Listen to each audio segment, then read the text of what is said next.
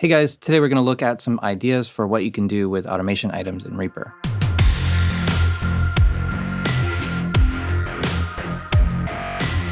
So automation items came out quite a while ago, maybe about a year ago, and I don't think they're really widely used. Even myself, I don't use them all that much. There's certain things that I use them for where I find them really helpful, but there are others that use them exclusively. They go nuts with automating everything, and it sounds great, and it's the perfect tool for that. I'm sort of in the middle, I would say. I use them a bit, but not exclusively. And I don't automate everything. So I have a couple demonstrations here of things that I use automation items for and why I think they're useful. So the first one is this heavy rock song. So I've got this synth here.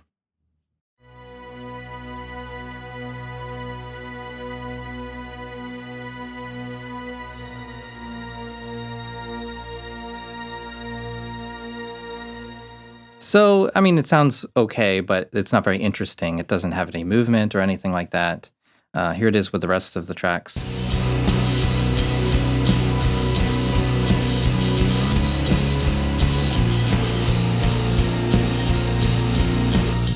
Kind of just adds in some brightness, fills it up a little bit.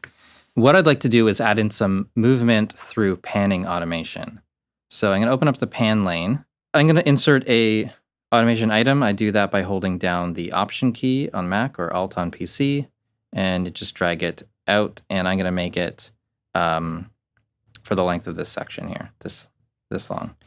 You can also make a time selection first, and then right-click Insert Automation Item, and it's going to fill that time selection.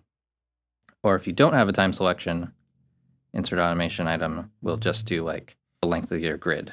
So right now there's no difference between what's in the automation item and what's on the track automation lane, this orange line. So let's start putting something in here. What I have in mind is sort of left and right panning automation. So one of the cool things about automation items is there's a built-in LFO. So we're going to double click to open up the automation item properties, and then we'll go to the LFO shape and set it to triangle. And I want it to not start in the middle, but start on the left side. So I'm going to set the phase to 25%. And so, yeah, so now it starts at the left side. If we started at 50%, it would be starting in the middle, but then going to the right. And if we started this at 75%, then it's going to start fully right and then pan through the center to the left. So I'm going to start with the left. We're going to set this to, let's do 16 cycles, I suppose. So just like that, it's going to go 16 times on each side. So it's going to pan to the left 16 times for a total of 32 automation moves. I guess that would normally take you quite a long time to write in manually.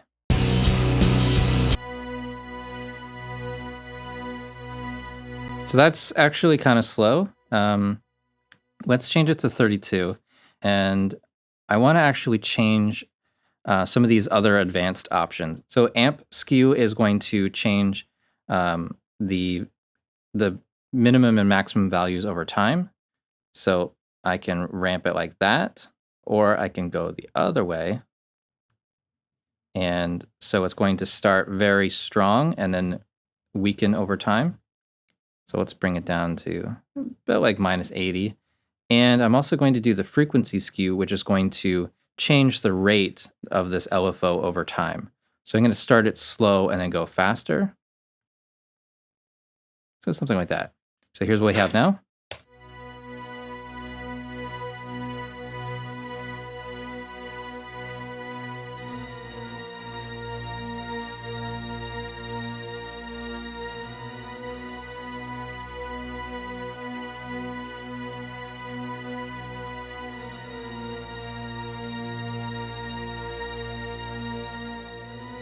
So it gets faster and faster, and the strength is a little bit weaker each time. I'm actually going to do it just slightly less. We can change the overall position of this using the baseline, like that, and we can change kind of compress or expand that automation move using the amplitude control.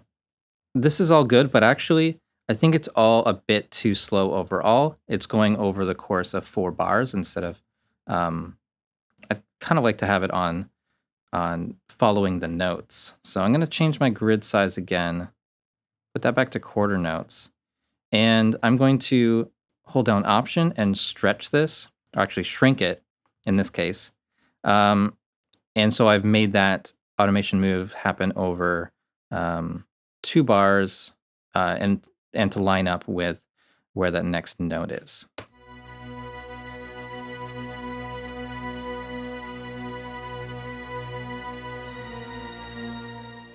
And so if I want to keep repeating this, I can hold down Command and copy it over to here, and I'll just adjust that length to fit that next note.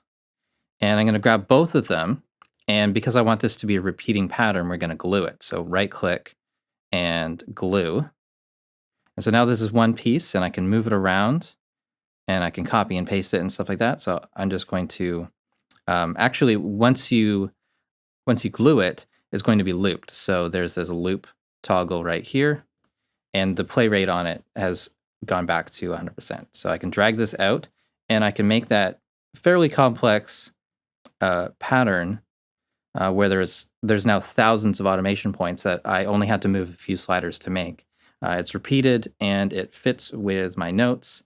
And yeah, don't really, if I'm working at normal speed, not demonstrating, not talking about this, it would only take me a few seconds to get this trick done.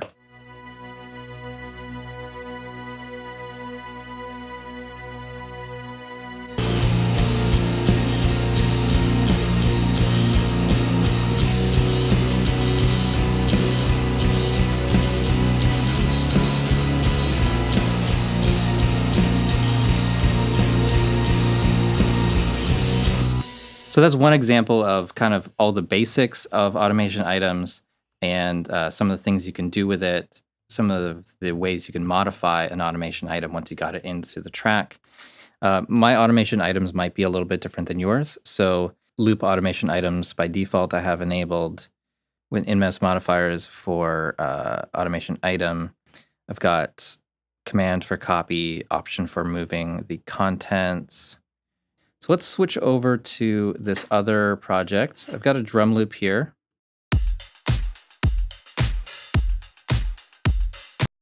And just as an example, I'm going to do some handwritten automation using write mode.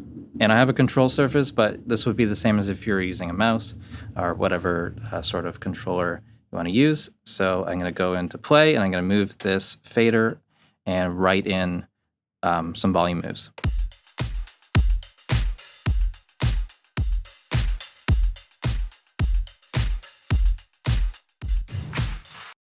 It gets us something here that's fairly complicated, more than just a couple points on, on the grid that you've moved around. Let's say we want this to be a repeating pattern, and we want it to fit in with the grid. So I'll just put in automation item like that. Just drag in the lower section of the automation lane. That's an option drag.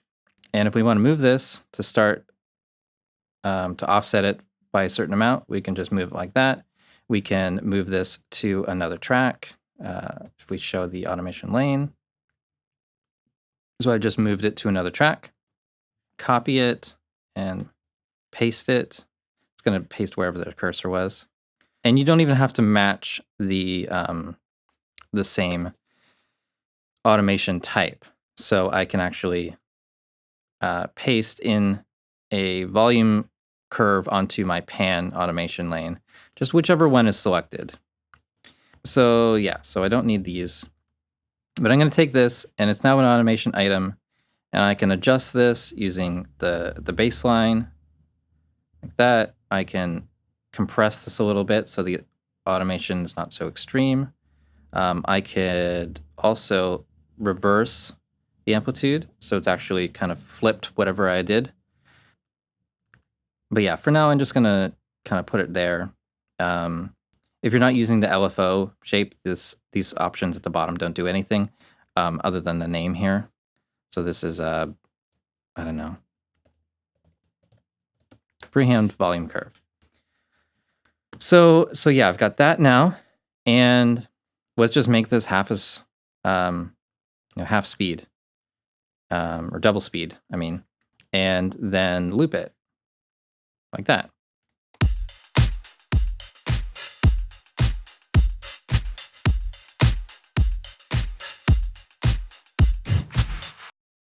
And if I like this as sort of a stutter effect, I could right click on it and then go to save.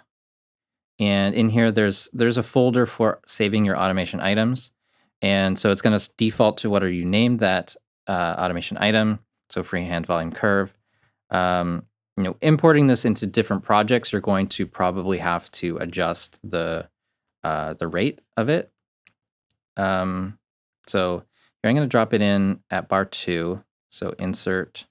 So you right click, you go to load, and freehand volume curve is there. Let's just start with that. Insert the freehand volume curve, and that's that one. And I'll insert another type of automation item, like ones that I saved from Tantra. So here's gate progression 03. So it looks like that.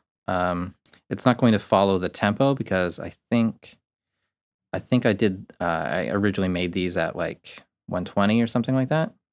So it's just a matter of stretching it out, either shorter or longer to match your project tempo. I'm going to cut that and go to this one and paste. Need my cursor back at the start. So I pasted that in, and it's 2 full bars, and it's going to be loud because this is on the volume automation. So I'm just going to pull down the bass line like that. So this is essentially like choppy mute automation.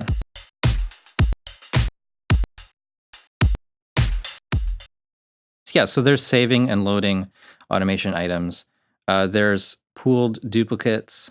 So I can take that and I can move this over here. And if I adjust one of these, it's going to adjust its pooled copy. So yeah, any changes I make in here, like changing the baseline value, is going to affect anywhere else this pooled copy, any of its pooled brothers and sisters, I guess you would call it, they would move along with that. So if you have a particular volume curve or EQ curve or something like that you want to repeat in different sections of the song, and then later on you want to tweak it just slightly, you can use the pooled duplicates, and so that all those copies move together. So yeah, you can use this for any type of automation on the tracks, whether it is volume, pan, send levels on the track, or any of the plugins on the track. It's pretty cool because you can make some sort of complex curve and then apply it to multiple places very easily with copy and paste, rather than worrying about the individual envelope points. There's a lot more you can do with this. There's a lot of advanced options kind of in the automation main toolbar button here, whether they attach to the other envelopes or they don't attach. And there's lots of preferences. I already showed you the MES modifiers, but these automation preferences affect that, especially the automation items section. I think they're a very powerful, useful, but underused function in Reaper. It's one of the cool things that came out in the past year or so with Reaper 5. And yeah, thank you so much for watching. Please subscribe to the channel if you haven't already. Follow me on Facebook and Twitter. Support the Reaper blog through Patreon, and visit reaperblog.net for a lot more tutorials.